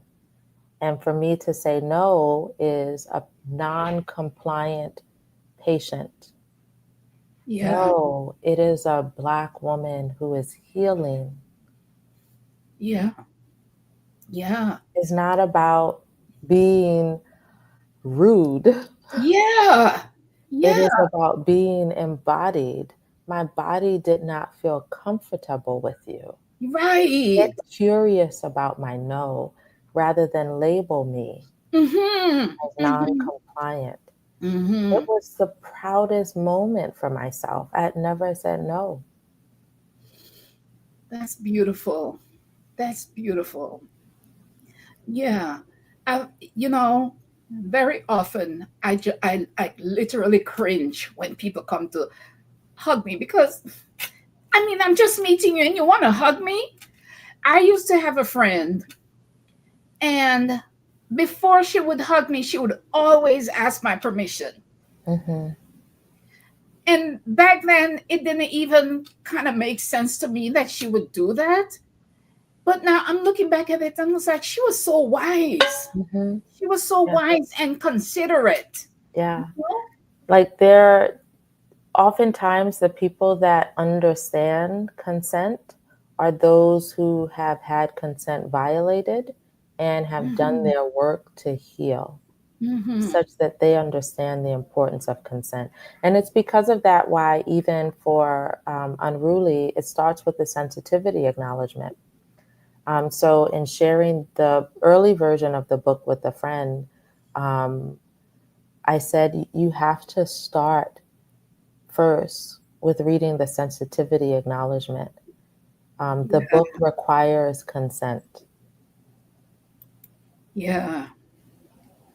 Yeah. because the book wants each person to feel in their agency. And so for some readers, like I'm amazed that you got through Unruly so quickly, and for some readers, and it also shows your own spaciousness too and the Mhm. level of work you've done. And for some readers, like they take a month to read Unruly. They need to take their time. And there was a reader that just told me on Friday, like, thank you so much for your sensitivity acknowledgement. It gave me permission to go through your book slowly. Mhm. And That, she's had the book for a month and she hasn't finished it, but she shared how grateful she was, and that just reading the sensitivity acknowledgement, she didn't know that she needed permission. mhm. And Mhm. so it's not about, how quickly someone can read.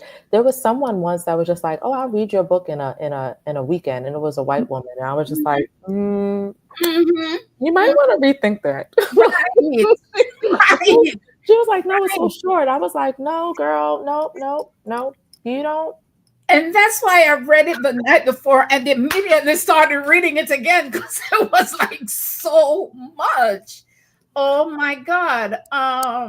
Prophet Mother says, I've never made my daughters give hugs to adults they don't want to hug. Mm, Good for you, Prophet Mother. yes, yes. And we are taught to be compliant. It doesn't serve us as Black women. That is true, It April. serves systems. It serves systems. And Mhm, can you imagine now somebody coming up to hug you now and you say, oh, no, I'd rather not, you mhm. know? Yeah, they're going to look at you like, who do you think you are or something? There was once I told someone, I said, I give powerful air hugs. You want one? Oh, I love that because I was about to say, what can I say? Yeah, I I give get powerful powerful air air hugs. And hugs. so we just stood in front of each other and we set the intention of meeting each other's energy with love. And they were just like, wow, I actually feel that.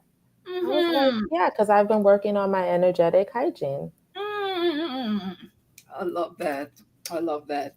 Yeah, because your body is your sanctuary. And that goes Mhm, back to the first conversation we had when you first came. mhm. Um, please watch that episode, guys. The link is in the description box.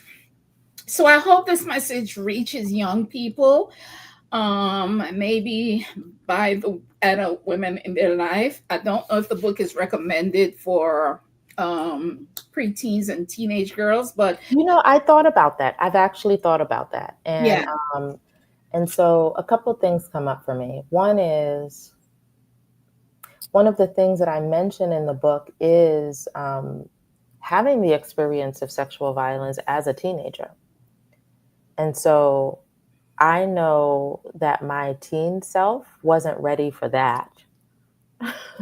And there was no permission requested in any way. And I also know as a teenager, I didn't tell anyone.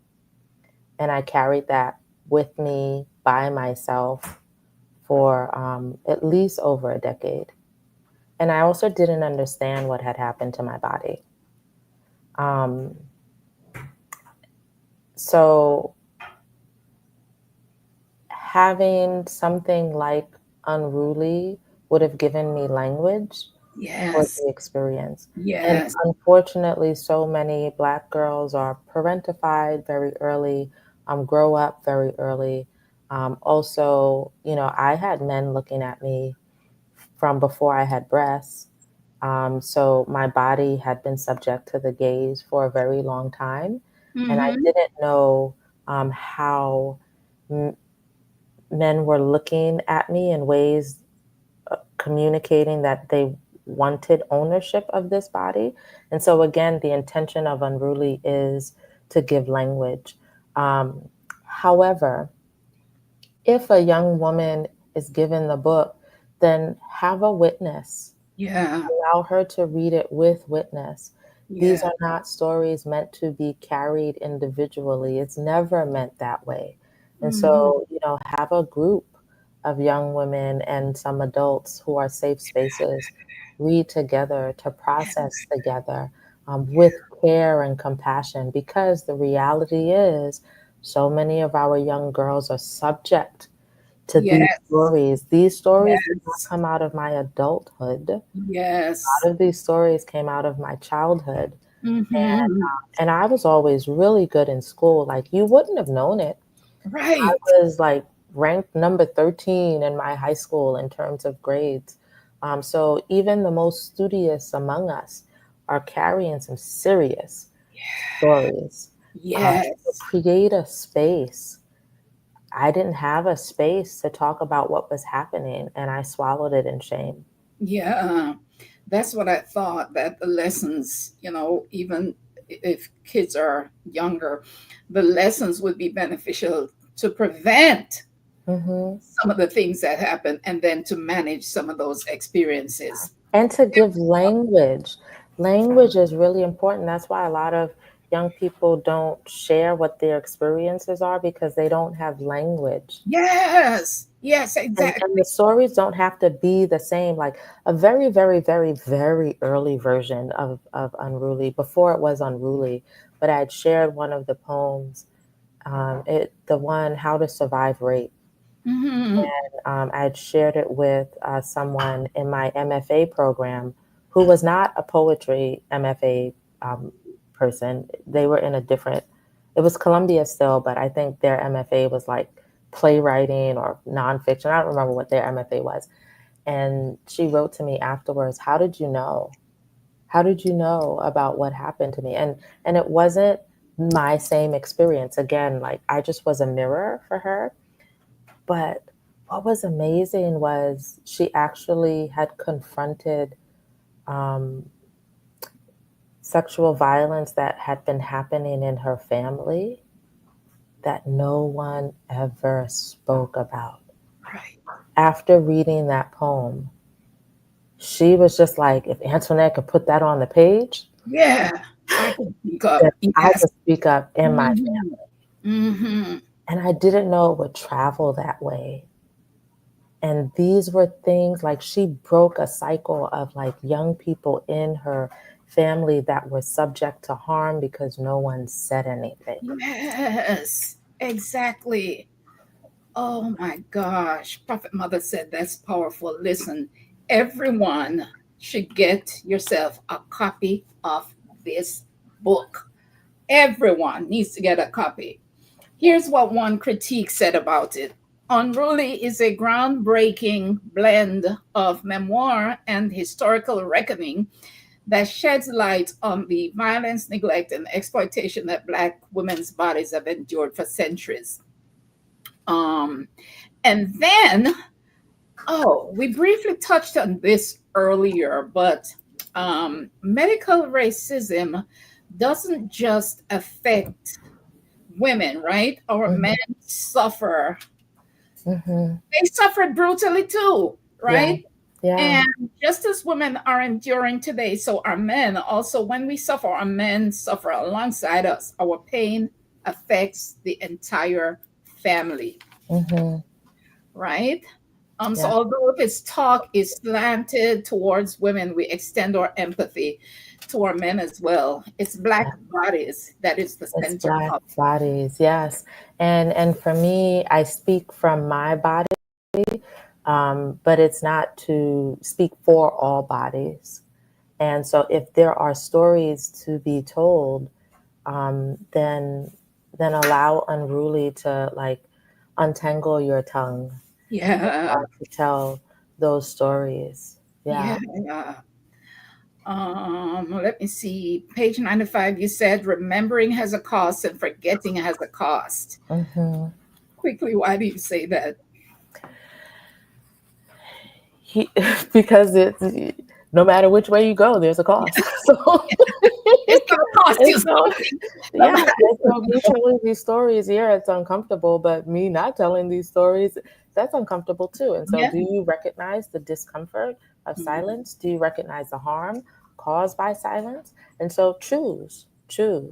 And so, I choose to voice, and it has a cost. Yeah. But I do not deny that silence also has a cost.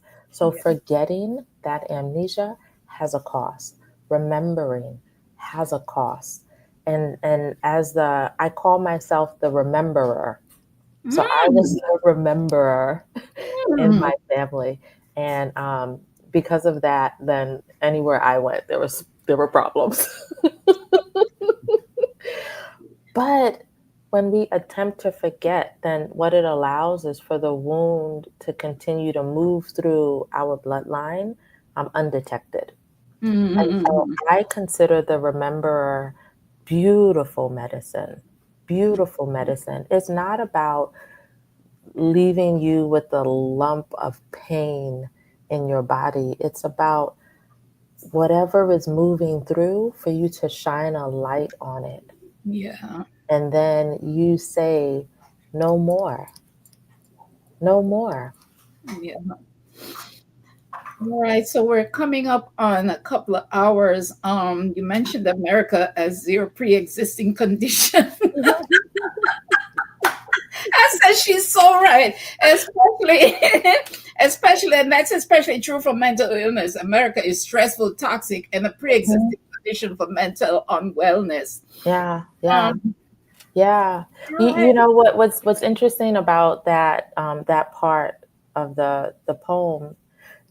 It's a poetry book, and it's also deeply researched. So the way I share the stories is through the genre of poetry because poetry allows for fragmentation and gaps, and trauma has fragmentation and gaps, and our Mhm. ancestry has fragmentation and gaps. And so the fragmentation and the gaps are its own story, and I wanted to preserve that rather than try to fill it in with intellectualism. When I'm Yeah. being intellectual, then I'm in avoidance. And so I'm Mhm. writing in a very embodied way, and the genre of poetry allowed me to leave the gaps because the gaps are there. Like I Because won't actually ever know what countries my people were taken from. And so someone asked, is it fiction or nonfiction? It is nonfiction. It's not fictionalized. However, when it comes to the stories of the ancestors, and what their embodied experiences were, um, that's channeled. And so I won't necessarily say fiction as in made up in my mind, but it was me connecting with my own body and what my body remembers that I might suppress, and asking permission for me to share what my body imagines might have been felt. And the wound was the silencing of our ancestral narratives. And there are stories that they have taken to the grave that will never be told as from their own mouths. But if I give permission to have those stories move through me, then that too requires spaciousness, and I put that on the page. But yeah, there's also research, and so one thing I want to acknowledge is I was born in Jamaica, and being raised in the U.S., what I learned from my research is non-American Black people who come to the U.S. Often start out with better health terms. And after a certain amount of time on this land, our statistics start to match the health realities of African Yes. American folks. Yes. Yes. And so America is the pre-existing condition. Like when we come, like our bodies start to align with the narratives here, align with the vibrations of the land here, align with the traumas held in this space, and also are impacted by these systems in much the same ways. So sometimes when we look at the health declines of the immigrant population, the Black immigrant population, when we first come to the States, our health looks very different. There's much more resilience there, but this place will impact our health nonetheless. Absolutely. Yeah. Absolutely. And we're about to close, but now I feel like Unruly leaves a lot to I'm actually, the book leaves you wanting more, right? And I'm like so eager for your next one. But I feel like it leaves a lot for the imagination, right? The gaps, as you mentioned. And each poem left me asking, what really happened, and then what happened, and then what happened? Right? And it's poetry that at times feels like short stories or brief history lessons. Will your next one be more poetry or more giving or more revelatory? Have you even thought about it? I have thought about my next one. My next one is taking on our relationship with money Oh, and the Black body as currency, and how that has colored our relationship with money. So in 2022, while performing in Scotland for the Edinburgh Fringe, so my poetry has also taken me to the stage. But while I was there, someone gave me, because they said they were told to give it to me, what they called slave bracelets, which were 6 metal. They're too small to actually be worn as bracelets, but 6 metal currency objects that were from Nigeria originally and were used to pay for the purchase of Black people. And they had them in their home, and they're an elder, and they had gotten them from their father, who is now an ancestor, and were told to give them to me. And so I had been spending time with these bracelets and listening to what stories they want to tell. And so instead of it coming through the body, it's coming through these metal objects and what memory the objects hold. And I look at Black folk as the first cryptocurrency, as in people wanted access to wealth, and they got access to wealth through owning us, which yes. also explains why Black people also owned and enslaved other Black people, and why brown people also enslaved other Black people, because wealth came through the ownership of our bodies. And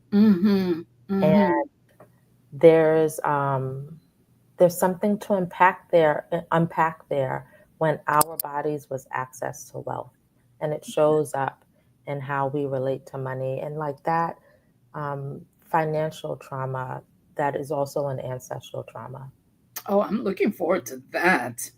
Right? I am so proud to own this book. I am so proud to own this book. It is an incredible piece of work, and your entire body of work is profound and deeply moving. I encourage you, audience, to get yourself this book. It's titled Unruly. The link is in the description box. It's also in the chat. Where was it? Here it is. Unruly. Okay. And yeah, we are just about up on 2 hours. I did have a couple more points, but let's go. Let's Okay. Well, then I'll just have to come back. I was about to say, maybe we'll see you next Black History or next Women's History. Oh my God, yes. Or also, if there one of the things I've been thinking about is if people want support, like creating a space to process some of the work in Unruly, that we could gather for specifically for that, like to ask questions, to workshop, to do facilitation work around working through Unruly. Like, how do you create community around the book? And so we could take that on. Wow, that's something I'm going to think about seriously. Mm-hmm. I'm so glad you mentioned that. Okay, y'all. So please give yourself or another woman in your life this it's astonishingly captivating. I'm telling you. You have to read it. It's a totally different experience. Oh, I just so love you, and so thank you. It's amazing. And real quick, what specifically would you like to big up yourself for in this moment? I would like to big up myself for continuing to tell it. You know, even though I share these stories, I still walk with questions around, will my stories break people? So that I continue to speak. They empower. They don't break. They empower. Thank you. Mm-hmm. And you're part of my ecosystem that holds me with love and compassion and encouragement. And so thank you. Reverence and admiration. Sister, oh my, I am in awe of you. I am. Thank you. And what would you like to big up yourself for? Oh, I want to big up myself for pushing through and having this platform, even though it seems like it's growing slowly, but it's touching the people who it needs to touch in this moment, and eventually it will take off and be what it needs to be. I big up myself for staying on track, keeping in the journey. Beautiful. All right. Antoinette Cooper, Unruly. Y'all need to get that book. Donna says, I'm excited to get the book and read it. Yes, you ought to have a space to discuss the book further. Yes, let's work on that. I'm going to work on that. I am going to work on that. Okay. I'll be back in some other way with Winsome then. Donna says, Antoinette, your voice is like butter. That is so true. Oh my gosh. Thank you. My younger sister, she says that I sound like the female Morgan Freeman. Oh, wow. I love that. I love the sound of that. I want to thank all of you that showed up and contributed to the conversation this evening and posting in the chat and all that. Donna, you know, I love when you come. Donna, I need your contact information, girl. I do. So email me. My email is in the description box. Mary Love, we couldn't do it without you, girl. We need you. April, I love when you come. I just love when you come. Prophet Mother, you know you are my heart. And I think I saw Mimi at some point. I want to thank all of you for showing up. Me too. Thank you for sharing space with me. Thank you for inviting me. Thank you for opening your hearts. I appreciate all of you. Yay. And guys, I have a visualization clinic coming up on April 20. Go to my description box, click the link. There is a quiz in there. The quiz is called How Connected Are You to Your Sacred Self? Take that quiz and then see if you want to continue to the visualization clinic. All right. I think we've done it right on 2 hours. Yay. Thank you, my sister. And I will be seeing you again soon. Yes. Bye, everybody.